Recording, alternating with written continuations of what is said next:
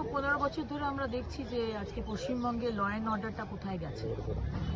আমাদের মুখ্যমন্ত্রী স্বরাষ্ট্রমন্ত্রী, আমাদের মুখ্যমন্ত্রী পুলিশ মন্ত্রী, এবং সেখানে ল অ্যান্ড অর্ডার কমপ্লিটলি তলানিতে। কারণ মুখ্যমন্ত্রী যে সরকারটি চালাচ্ছেন সেই সরকারটি আসলে মুখ্যমন্ত্রী চালাচ্ছেন না, মমতা বন্দ্যোপাধ্যায় চালাচ্ছেন না, চালাচ্ছে গুন্ডারা। এবং তৃণমূলের এমপি এমএলএ নেতৃত্ব থেকে শুরু করে গ্রাসরুটের কর্মী অবধি সবাই সিন্ডিকেটের মধ্যে। এটা হচ্ছে সিন্ডিকেটের লড়াই। পঞ্চানন তলায় কালকে যেটা আমরা দেখলাম সেটা সিন্ডিকেটের লড়াই, এরিয়া দখল করার লড়াই। এবং এটা প্রথম নয়, এটা এর আগেও 6 মাস আগেও হয়েছে। এই পাপ্পু সোনা যে একটা গুন্ডা, তার এগেন্স্টে কিন্তু কমপ্লেন হয়েছে, কিন্তু পুলিশ কিছু করেনি। কারণ পুলিশ তো হাত পা বেঁধে রাখা হয়েছে। পুলিশ এখন টিএমসির ক্যাডার হয়ে গেছে, ক্যাডারের থেকেও বেশি।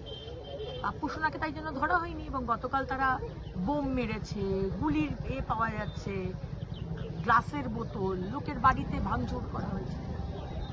সিন্ডিকেট, আপনি বাড়িতে একটা পেরেক লাগাতে পারবেন না, আপনাকে সিন্ডিকেটের পারমিশন নিতে হবে এবং সিন্ডিকেট আপনাকে এসে ঘরের পেরেক লাগাবে। পুলিশ গাড়িও ভাঙচুর হয়েছে।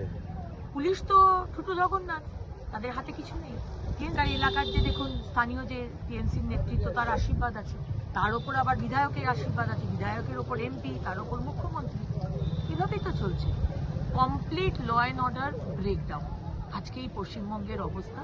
এবং একসময় আমাদের মুখ্যমন্ত্রী বলতেন আমি গুন্ডাদেরকে চালনা করি, এখন উল্টোটা হয়ে গেছে, গুন্ডারা মুখ্যমন্ত্রীকে চালনা করে।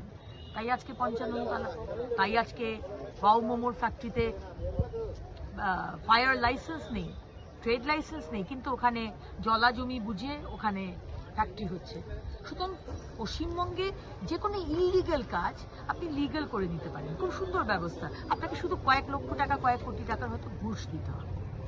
এইভাবেই পশ্চিমবঙ্গ চলছে। এটাকেই মুখ্যমন্ত্রী বলেছেন এগিয়ে বাড়া।